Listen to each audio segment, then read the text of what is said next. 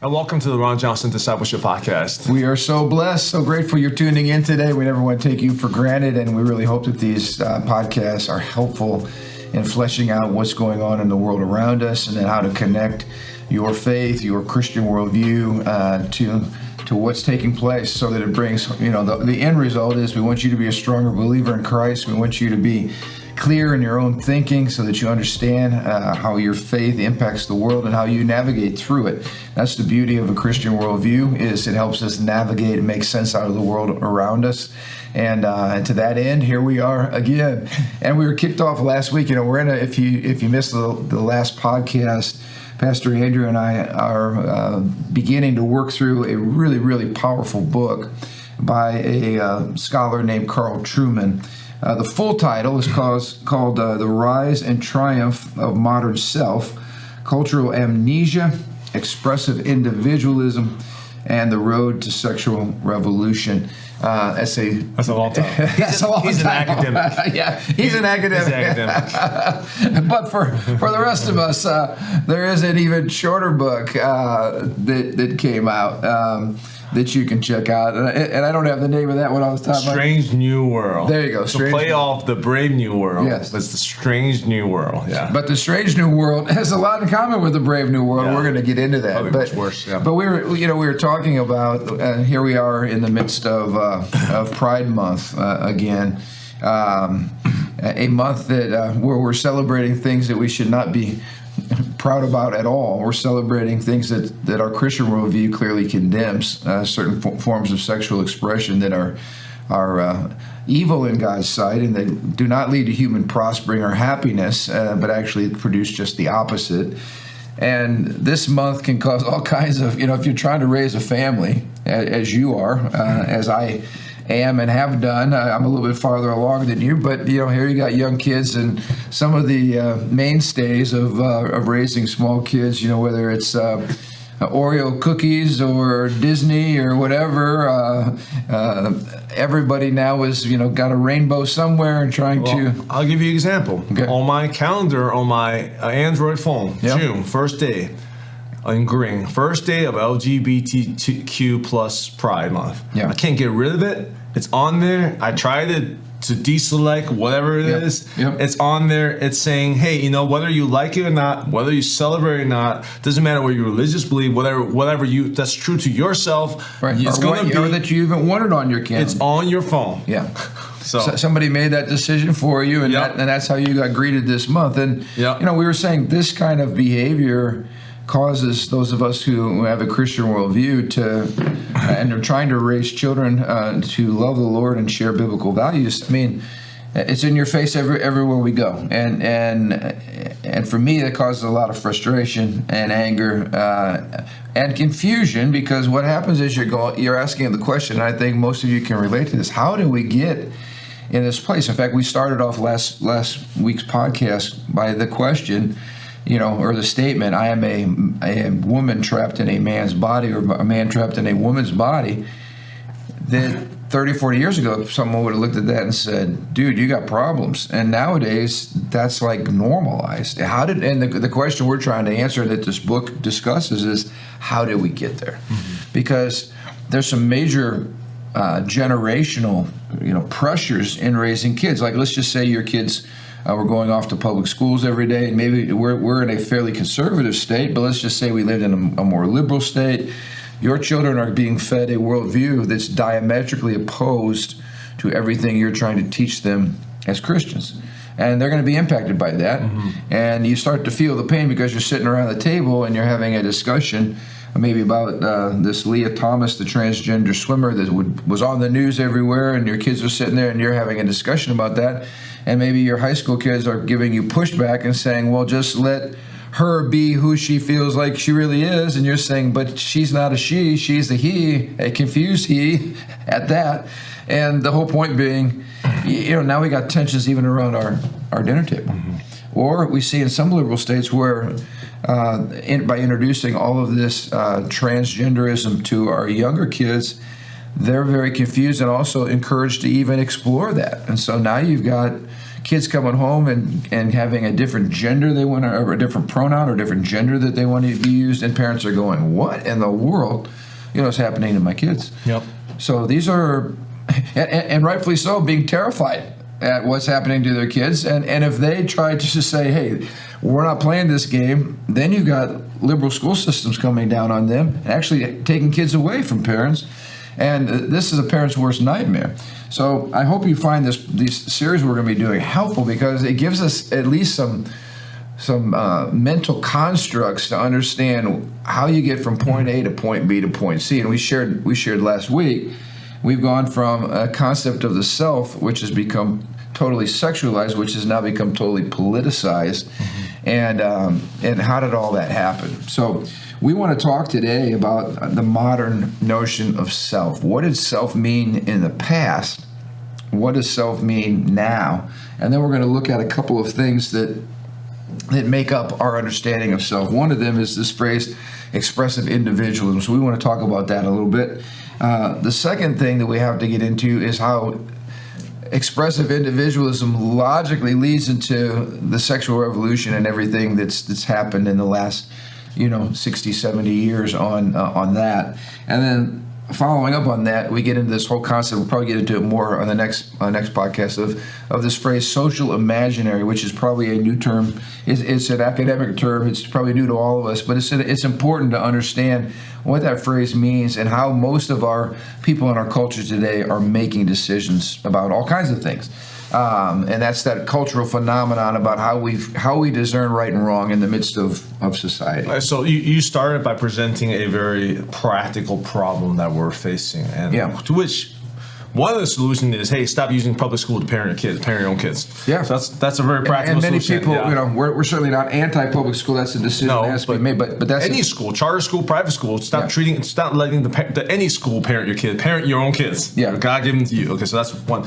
But the second solution we're offering is really understand the philosophical foundation to this school of thought. And why is that important, Pastor? Well, because your philosophical understandings are the mental infrastructure that helps you navigate reality. Like we talk about this a lot. That we sit down, we have discussions, because the more we talk, I want to understand how things are from your perspective, right? And you want to understand from my perspective. We cannot interpret society unless we realize that there is a mental infrastructure there, whether people realize it or not. There are philosophical cornerstones, building blocks that lay the foundation of a worldview. Christianity has those foundational, theoretical, philosophical building blocks, and guess what? So does all this LGBTQ stuff, all the modern sexual revolution, the news media. All of them are operating from a worldview. And if we cannot decipher the building blocks of that worldview, the way one thought leads to another thought, which leads to another thought, which leads to a conclusion, then we'll be scratching our heads going, how come people are embracing this? Like, where did that come from? And I think at the most practical level, we never get there, right? Because we're just watching the news and, most people aren't thinking philosophically. They just want to, work, feed the kids, pay your rent. And you can't blame them. Who's got the luxury to do that? Right. But people in universities, people in the media, globalists, Yeah, they fund money into these institutions, and they create curriculums because they're pushing an agenda, and we need to understand that agenda. So let's talk about self. Think about years ago, or even from a Christian worldview, when we say self, what are we talking about? Yeah, I mean, I don't think most people, I don't sit around and be like, what is this true self? What is myself? I just like me. I know I'm me. Okay. I'm not you. I'm me. There you go. You're you. You're not me. And at the most basic level, I mean, that's what it is. Yeah. You are a unique individual. We would add, made in the image and likeness of God. Sure. Yeah. So you don't have to go try to find your purpose or meaning. You have intrinsic meaning and value because you're made in the image and likeness of God. And the fact that you're a self and I'm a self means that we're two individuals and we experience life differently and through our own personalities, our own giftings, and all those kinds of things. But the nature of self today that's not it. It's much deeper than that. And as he points out in his book, it's an answer to this question: where do we find the real me? Like, what is the basis for determining me, who I am, who I am as a self? Where does the authority come from? As I just shared with you, we would say, well, you're a created being, you're a finite being, you're a dependent being, you're a being made in the image and likeness of God, so you'll never discover yourself outside of that, outside of that parameter. In other words, you come from somewhere, you're going somewhere, and to understand yourself, you need to understand the bigger picture. But everything's been turned upside down now. Well, so I think we say stuff like we want you to become your best self. We want you to. So embedded in that notion is that there are false selves that comes in, sin and slavery mentality, victimization and stuff like that. Sure. In our context, we talk about how sometimes how we express ourselves is not the way how God has imagined it. But even when we say how God has imagined it, we're presuming that our best self is under decree, under the ordinances of our Creator who created us, right? Even that notion. Right? So there's an understanding that a best self, it's like taking a test. There are right answers and wrong answers, right. and the best self is when you score 100 based on God's answers, based on God's decrees, based on the Creator. Right. Okay. And that's good because you and I can share the same world together. And while you're unique and different and separate from me, we still realize that like telling the truth is always right and good. And loving your neighbor the way Christ describes love, or behaving sexually the way the Bible describes that, that's what it means to be a good person. And when you do something great, when you do something accomplished and that benefits many people, you say, well, the glory doesn't go to me. Don't make a statue of me. The glory goes to God because the gifts and the blessings comes from God. I mean, so He's the standard. He's the standard. These simple things we declare reflect how we view ourselves. We're subservient. We're servants of the Most High God. Right. That's embedded in what we say. I don't go around like, well, theologically. Someone said, "Hey, Andrew did a good job." I'm like, well, theologically is really. We don't break all that down, but embedded in all that belief is like we believe we are under the ordinances of God. Well, and for years, whether people admit it or not, we were really, when we talk about being a part of a Christian culture, we're talking about being a part of a community that basically saw reality the same way and recognized that behaving that way was wrong, behaving this way was right, acting that way was not virtuous, acting this way was good. We encouraged that, we punished that. All of that's been turned completely on its head. And so when we talk about self now, how would you describe what's the main driving force for how a person determines who they are now? Well, I think the easiest way to say it is you simply remove that ordinance, that authority of God. And you remove that, and everything goes haywire. Now there is no authority from an external source, right? From a transcendent source. You become your own authority. You create your own meaning. You decide what it is in there. And man, it's crazy out there when that happens. When you bring up a good point. So really what's happening now isn't anything new. It's really, in some ways, the flowering of what happened all the way back in the Garden of Eden. Yeah. Because, here you had God who created Adam and Eve and went in fellowship with Adam and Eve and explained, he was the source of good and evil. They didn't need to eat from the tree of good and evil because God was the standard and would teach you what was right and what was wrong. But the lure and the lie of the enemy is you don't need God. You know what's right for you. Who is anybody to tell you what's right for you, right? You're the own source of authority. And here's the tricky part. What you feel is true and is right, irregardless of what anybody else thinks or says. In fact, any outside institution, whether it's the church, the state, education, anybody who wants to try to impose a standard on you is doing so from the position of bias and prejudice, and their authority should be rejected. Because you are your own authority. You're the captain of your own ship. And like I said, this isn't so much new, but what's crazy is how our feelings are now given absolute authority. And I don't know that we've ever seen it at this stage of blossoming in our culture to where it's almost insanity when you're looking at it. Well, it's insane because you practically don't apply this to, excuse me, any other arenas of life. So, for example, I work for you. I don't feel like coming to work today Because my true authentic self is that I want to be late today, or I just don't want to come to work. Right. Are you going to be like, well, I'm going to embrace your true authentic self? Well, I'm a student. I don't want to do this homework today. Yeah. There's my true authentic self feels that this way. Well, that's not acceptable. Obviously, it doesn't work on a functional basis, right? Right. I mean, my 4-year-old was like, I don't feel like listening to you today.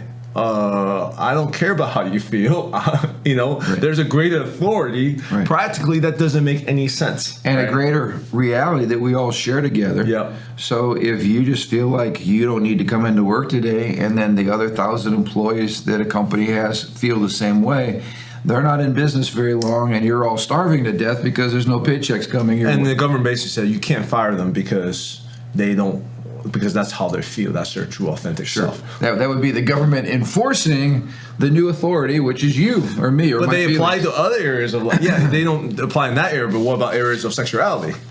Right, and that's a whole other arena. We'll get into that because this is, you bring up a great point. The modern self, he says, assumes that society at large, in other words, all the rest of us, will recognize and affirm these inner feelings of yours. Yeah. So self becomes what is defined as expressive individualism. So this is the big one. So you point out we're very selective now, but in the area of sexuality, which makes up the expressive individualism, in that area in particular, how you feel is the real you. And now, even if I disagree, like I feel that the real you is confused, you feel that the real you is finally coming out, right? The government says, no, you need to celebrate Andrew's feelings and embrace Andrew's feelings, and Andrew needs to be able to express himself publicly however he feels, because that's part of being the authentic self.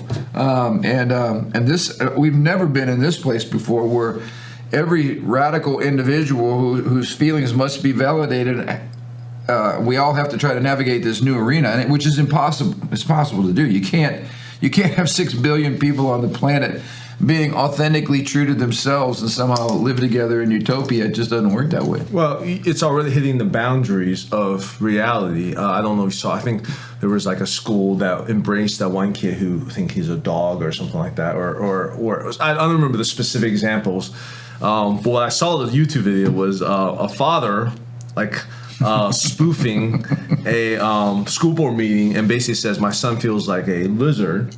So I mean, he's not for real. He's creating a mock. He's pushing the logical extreme. And he was talking about how he wants the school to become, the classroom become like an aquarium or a terrarium, whatever it is, and increase the humidity level and blah blah blah to accommodate his son who feels like he's a lizard or and it was comedic to a certain degree, but it's pushing exactly what you're saying. It's that boundary of like, at what point do we keep entertaining people's feeling in terms of their deep identity? And at what point do we say, no, we can't accommodate that?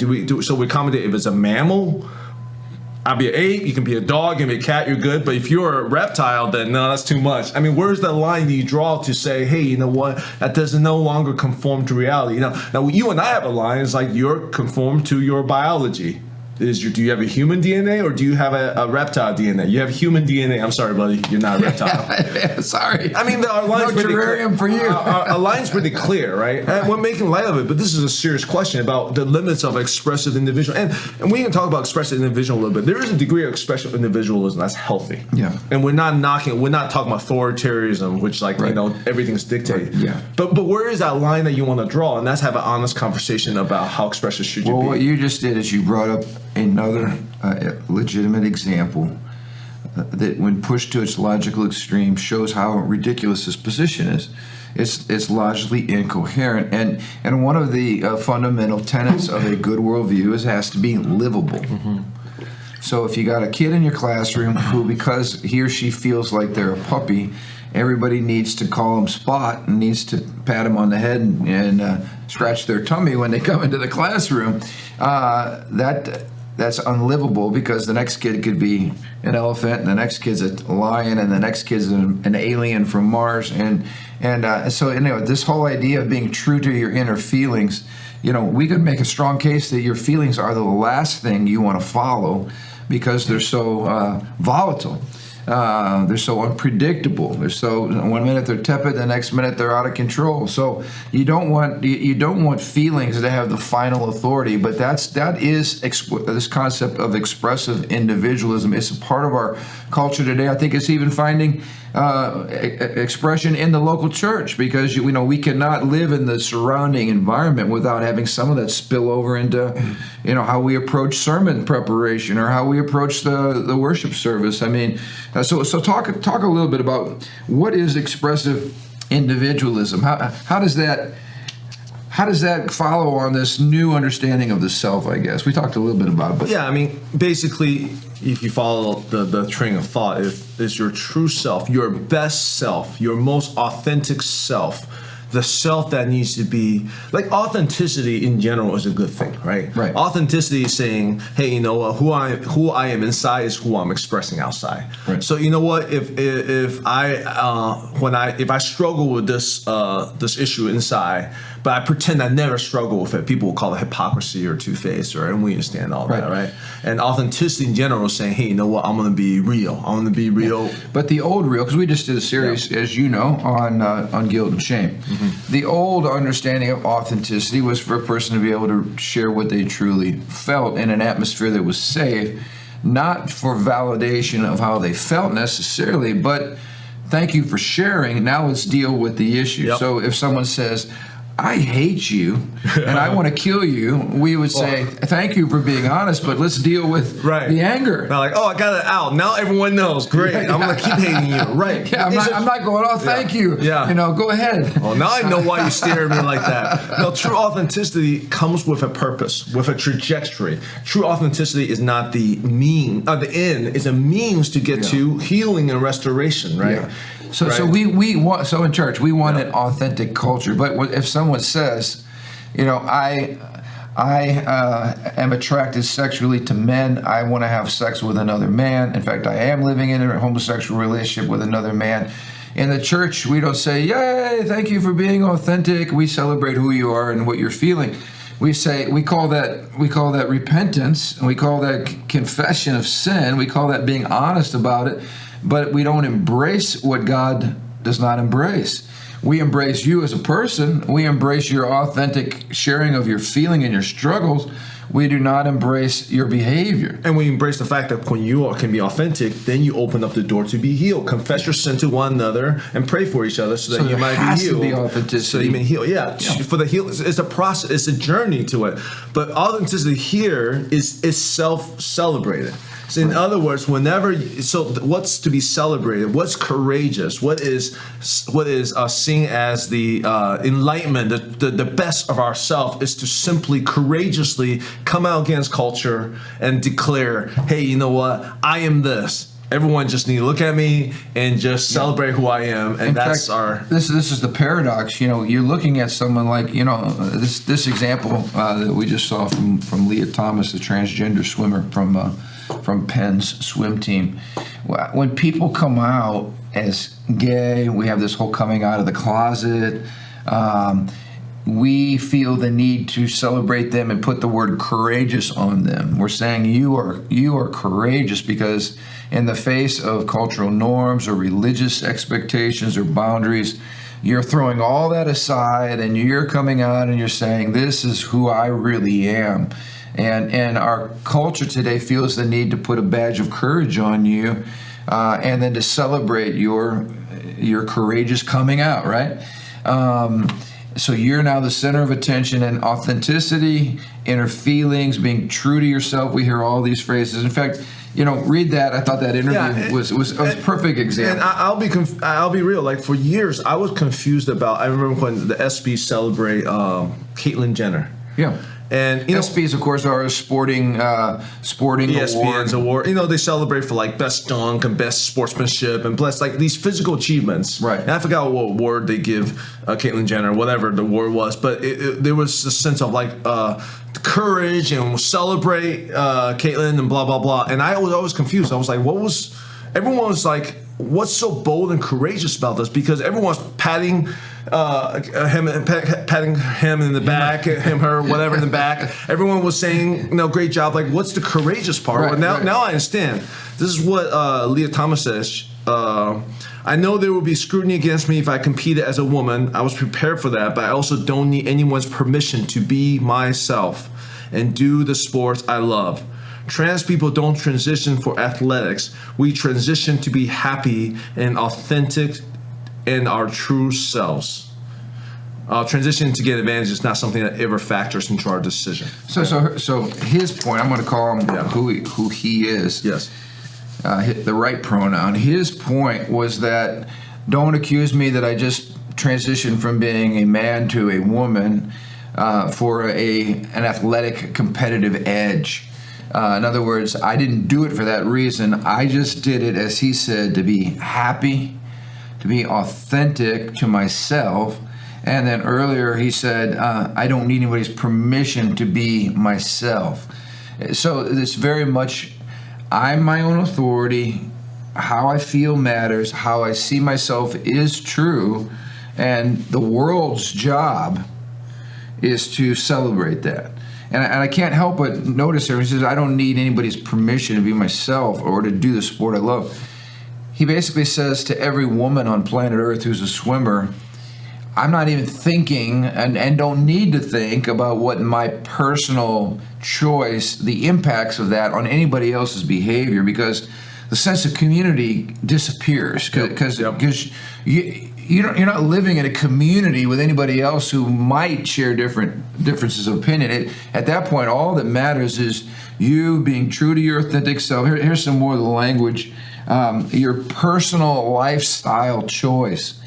In other words, what choice you make has no moral connotation to it. It's just the fact that you're making a personal lifestyle choice that's right for you. Well, what's moral to her is her being authentic as possible. That is the moral high ground. Yeah. What did you do that? Well, I was at least authentic to myself. I did it for me. I've seen people say this about like movie directors. They made a terrible movie that no one liked and was just like, why did you do that? Well, at least I did it the way I want to do it. I was authentic with this movie. Even though objectively no one liked it, it was a terrible movie. But at least I was real to myself. I was like, I guess so. I mean, that's great. And you just spent billions of dollars and wasted everybody's time. And you have that's similar. Obviously, that's less intrusive than this case. But those type of verbiage resonates in the same language, same sphere. And again, we're going to talk about how the sexual revolution impacts the self, but as we pointed out, it's only in the realm of sexual identity. Like if I told you, hey man, I'm just being real, I love to torture puppies. It is so awesome. I love to torture puppies. Like, well, good for you.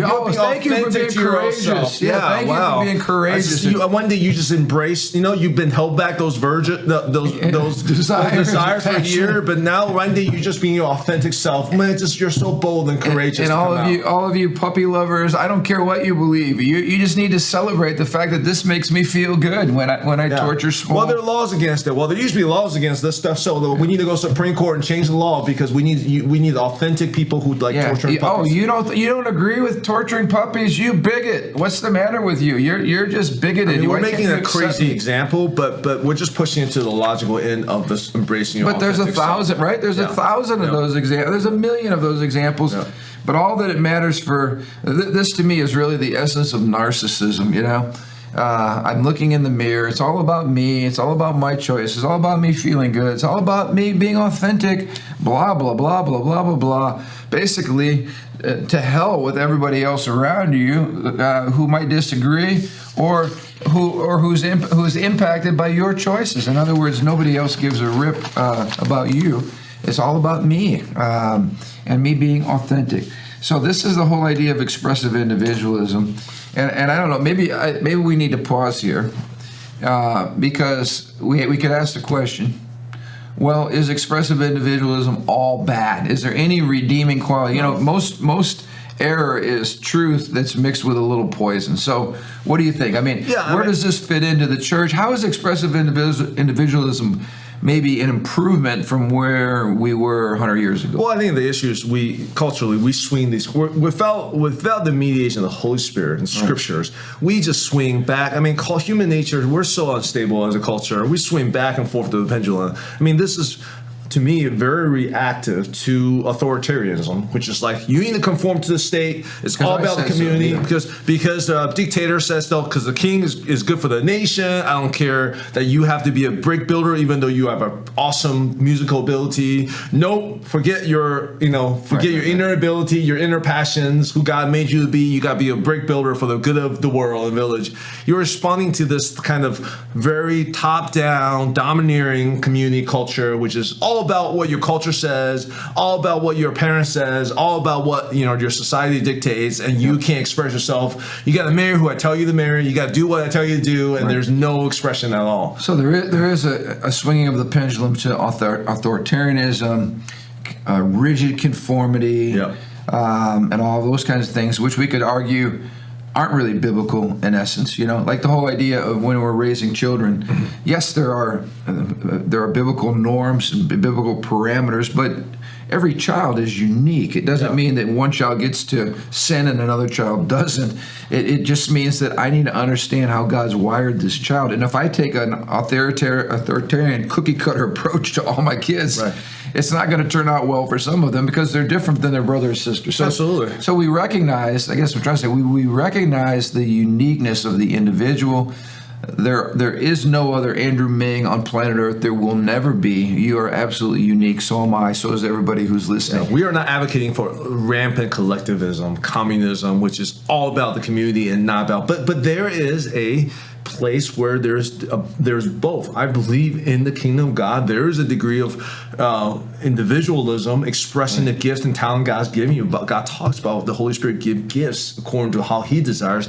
We're all parts. I think the body is a great analogy. Right? There's a common head. There's a common authority overall, right? Well, Christ is the head. But there's individual parts with individual expression. But what is the expression for our gifts, right? We have you being given a great artistic gift, musical gift. Do you use it to celebrate yourself, elevate yourself? No, it's for the body. It's for the head. It's for Christ. That's such a good point and a great distinction. So the gifts that we have came from somewhere. The Bible says don't boast because you have what you have because God is the one that blessed you with that. So the focus on even on my gifts or on how I've been created is on the God who created me, and that there's, as you said, a larger purpose. The purpose isn't narcissism. The purpose isn't just accept me for who I am because this is how I think I am and this is how I think I'm supposed to be.